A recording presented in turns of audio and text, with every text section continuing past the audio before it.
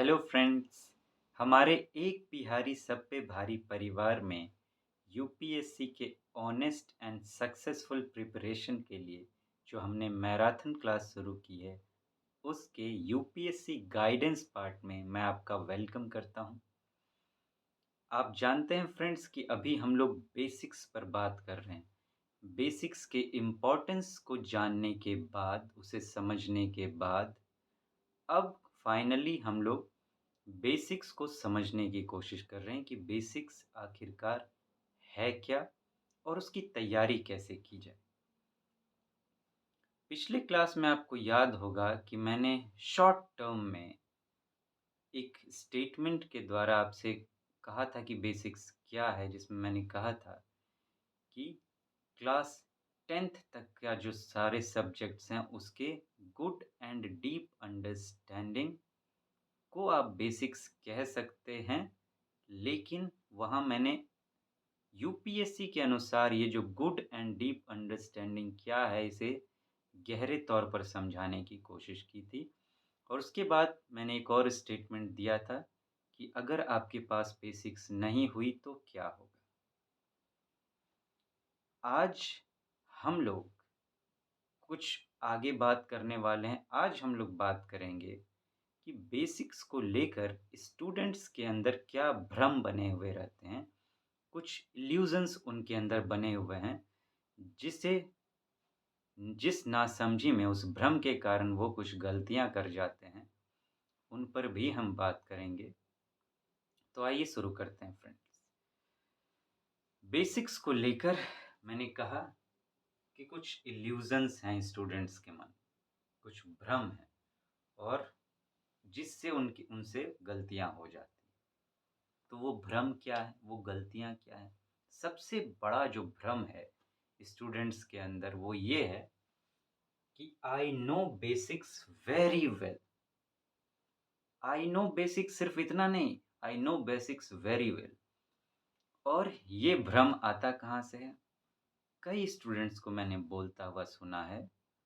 अगर आप उनसे कह दीजिए कि आपको बेसिक्स नहीं आता है, तो तुरंत अंदर से आग बबूले होकर अंदर से उन्हें ईगो भर जाता है उनके अंदर कि कैसे कह दिया मुझे कि बेसिक्स नहीं आता। और उनका स्टेटमेंट क्या निकलता है कि सर हमने तो ग्रेजुएशन किया है, तो हमें तो पता है बेसिक्स क्या होती है।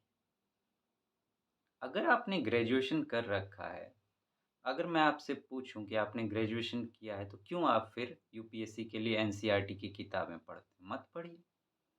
वही तो पढ़ के आए हैं ना आप अभी तक। तो क्यों वापस से एनसीईआरटी पढ़ रहे हैं अगर आपको बेसिक्स सब पता ही है तो? ये ये जो भ्रम है, इसे सबसे पहले तोड़ना होगा अपने दिमाग से कि मुझे बेसिक्स पता है। ये पहला भ्रम है स्टूडेंट्स के मन में कि मुझे बेसिक्स बहुत अच्छे से आता है, इसीलिए मुझे बेसिक्स की तैयारी करने की ज़रूरत ही नहीं। आगे क्या? अगर मैं इस स्टेटमेंट्स को गलत ठहरा रहा हूँ, आई एम सॉरी कि अगर मैं ये कह रहा हूँ कि आप ये कहते हैं कि you know basics very well, लेकिन आप गलत सोच रहे हैं कि आप बेसिक्स जानते हैं। बेसिक्स आप नहीं जानते हैं ठीक से। अगर मैं ऐसा कह रहा हूँ तो किस बेस पर कह रहा हूँ? मेरा बेस क्या है? वो बेस है हमारा स्कूल और कॉलेज का सिस्टम। कैसा है हमारा स्कूल और कॉलेज का सिस्टम? वो एक system of giving information about basics है। वो जो सिस्टम है, वो जो बेसिक्स है, उसके बारे में बस इंफॉर्मेशन देता है हम, नॉट अंडरस्टैंडिंग एंड एनालिसिस। उसकी समझ हमारे अंदर विकसित नहीं करता और ना ही उसका विश्लेषण करने की क्षमता हमारे अंदर विकसित करता है। स्कूल्स में क्या लगा हुआ है? आपको खुद याद होगा अपना स्कूल का टाइम। मार्क्स लाओ, मार्क्स लाओ, मार्क्स लाओ, खूब पढ़ो, खूब पढ़ो, खूब पढ़ो, खूब रटो, खूब रटो, खूब रटो। रट रट के गए, रट रट के गए, एग्जाम में मिट मिट के आए। पढ़ पढ़ के मार्क्स लाए, पास होते चले गए। सब एग्जाम, स्कूल, बोर्ड सब पास हो गए रट रट के। और उसके जो आंसर्स भी आते थे, क्वेश्चन जो एग्जाम में पूछे जाते उसके आंसर्स रटे रटाए आपको, मतलब बने बनाए किताब में मिलते थे। क्या यूपीएससी में ऐसा है? बने बनाए आपको आंसर एक भी क्वेश्चन का, जितना भी यूपीएससी ने आज तक पूछा है, एक क्वेश्चन का बना-बनाया एकदम एग्ज़ैक्ट कि वो लिखा हुआ है, कुछ भी उसमें एक शब्द भी बदलने की ज़रूरत नहीं है। ऐसा आंसर आप मुझे बना हुआ दिखा दो कहीं भी। आप दिखा ही नहीं सकते, मैं खुद नहीं दिखा सकता किसी को, है ही नहीं, बना-बनाया मिलता ही नहीं है। लेकिन हमारा स्कूल और एजुकेशन सिस्टम कैसा है? वो जो आप मैं बेसिक्स की बात कर रहा हूँ, उसके बारे में इन्फॉर्मेशन, जानकारी आपको दे देगा। ये है जानकारी, ये है इन्फॉर्मेशन, इसे रट डालो। और यूपीएससी क्या चाह रहा है? Understanding and analysis. आपके अंदर उसकी गहरी समझ होनी चाहिए, जो मैंने कहा था। Good and deep understanding of all subjects till class 10 and analysis का विश्लेषण करने की क्षमता। और ये कहाँ से आएगी? ये आएगी बेसिक्स के समझ से। हमने पढ़ा, फिर उस पर विचार किया, गहरे उतरे कि ये चीज़ें ऐसी क्यों हैं, ऐसी क्यों नहीं हैं और क्या हो सकता है इसमें, हर एंगल से उसे समझने की कोशिश की, तब जाके कहीं बेसिक्स को हम पूरा कर पाते हैं। वो होता है बेसिक्स। लेकिन हम इस सिस्टम से पढ़ के आए हुए हैं, तो आपको क्या लगता है, इस सिस्टम से आप बेसिक्स को समझ पाएँगे? उसकी समझ को और विश्लेषण क्षमता को अपने अंदर विकसित कर पाएँगे? नहीं। लेकिन फिर भी ज़्यादातर स्टूडेंट्स का क्या होता है, इस सिस्टम से आए हुए हैं, फिर भी वो कहते हैं कि हमें बेसिक्स बहुत अच्छे से मालूम है और इसके कारण वो लापरवाही कर जाते हैं और बेसिक्स को बड़े ही चलताऊ तरीके से ले लेते हैं और इसका दुष्परिणाम उन्हें आगे भोगना पड़ता है एग्ज़ाम में, जब वो आंसर्स लिख ही नहीं पाते हैं। उन्हें पता ही नहीं चलता कि क्या लिखें, शुरुआत ही नहीं कर पाते हैं। थोड़ा-सा शुरुआत कर दिया तो अब बीच में क्या लिखें, उन्हें समझ ही नहीं आता है। और ये सब क्यों होता है? We consider study as labour. हम मेहनत करना को, वो जो हम पढ़ते हैं ना, उसी को मेहनत करना समझ लेते हैं। कि हमने पढ़ा, जो विषय है हमने उसे रीडिंग मार ली।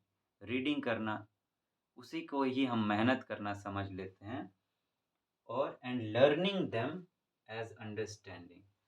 उसे हमने पढ़ा और उसको जो याद कर लिया, उसी याद करना को हम समझना समझ लेते हैं। कि हमने इतना तो पढ़ाई की, इतना मेहनत लगाया, इसको एक-एक शब्द को मैंने इस किताब का पढ़ डाला, पूरा किताब पढ़ डाला, यही हमारी मेहनत है, ऐसा हम समझते हैं और उसी को याद भी कर लिया, जो-जो याद करना था, उसी को हम समझ लेते हैं कि हमने समझ लिया। क्या ऐसा है? क्या उसे ही आप मेहनत कहेंगे? मेहनत किसे कहा जाता है?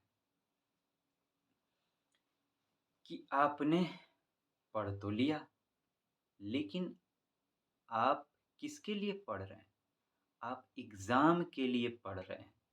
एग्ज़ाम में जाके आपको आंसर राइटिंग करना है।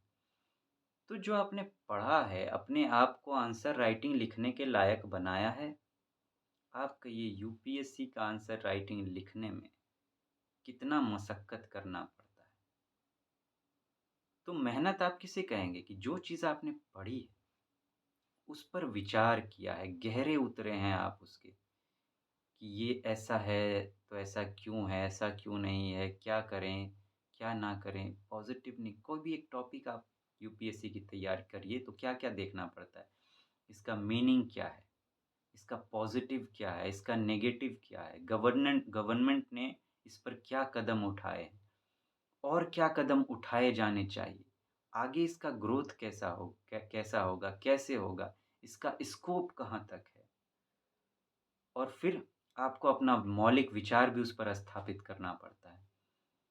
इन सब चीज़ों पर ध्यान देना होता है और ये चीज़ें कब होती है? पढ़ने के बाद होती है और आप पहले स्टेज को ही मेहनत करना समझ रहे हैं और आप समझ रहे हैं कि मैंने बेसिक्स को समझ लिया, जबकि उसके बाद ये 8-10 स्टेज अभी बाकी है।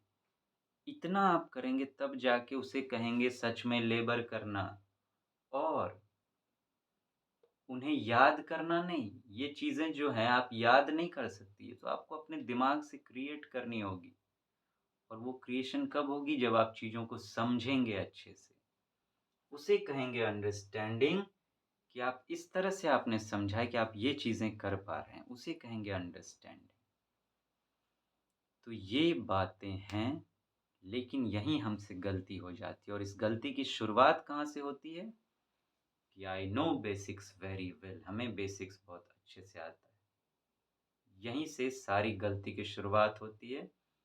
इस गलती का सबसे बड़ा ऐसा गलती हमसे होता है उसका सबसे बड़ा कारण ये है और इन दोनों दोनों जब मिल जाते हैं, तो हमसे जो सबसे बड़ी गलती होती है वो ये होती है कि हम पढ़ने को मेहनत करना समझ लेते हैं और याद करने को समझना समझ लेते हैं और फिर बाद में हम जब रिज़ल्ट नहीं आता है तो खुद को कोसने लगते हैं, ये कहने लगते हैं कि इतना मैंने पढ़ा, इतने सालों तक पढ़ाई की, मेरा क्यों नहीं हो पा रहा है? ऐसे-वैसे दुनिया को दोष देने लगते हैं, जबकि ऐसा नहीं किया जाना चाहिए।